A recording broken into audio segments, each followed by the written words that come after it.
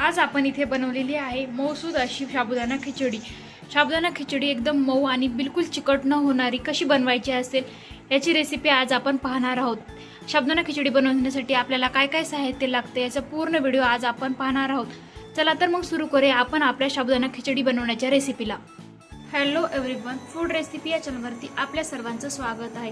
तर आज आपण इथे बनवणार आहोत साबुदाण्याची खमंग खिचडी।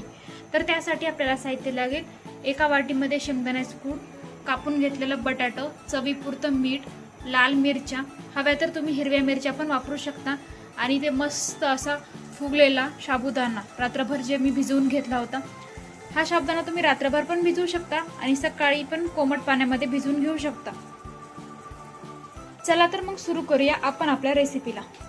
सर्वप्रथम एका कढईमध्ये असं तेल टाकून घ्यायचं। तेल छान गरम होऊ द्यायचं। इथे तुम्ही पाहू शकता आपलं तेल असं छान गरम झालेले। आता आपण यामध्ये कापून घेतलेला बटाटा टाकून, बटाटा छान असा सोनेरी रंगावर परतून घ्या।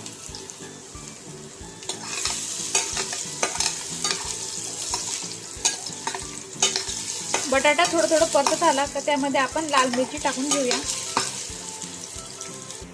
बटाटा छान आपला तळत आलेला आहे। आता आपण यामध्ये लाल मिरची टाकू शकतो। लाल मिरची पण छान अशी तळून घ्यायची व्यवस्थित।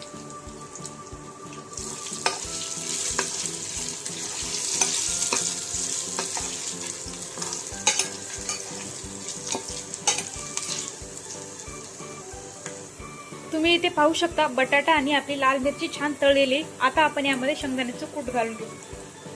शेंगदाण्याचं कूट घालून छान असं परतवून घ्या। शेंगदाण्याचं कूट छान असं परतवून घ्या व्यवस्थित तेलामध्ये।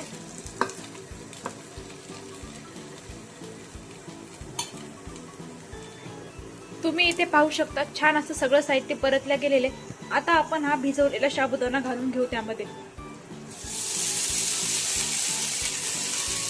साबुदाणा घालून झाल्याच्या नंतर याला छान असं व्यवस्थित मिक्स करून घ्या।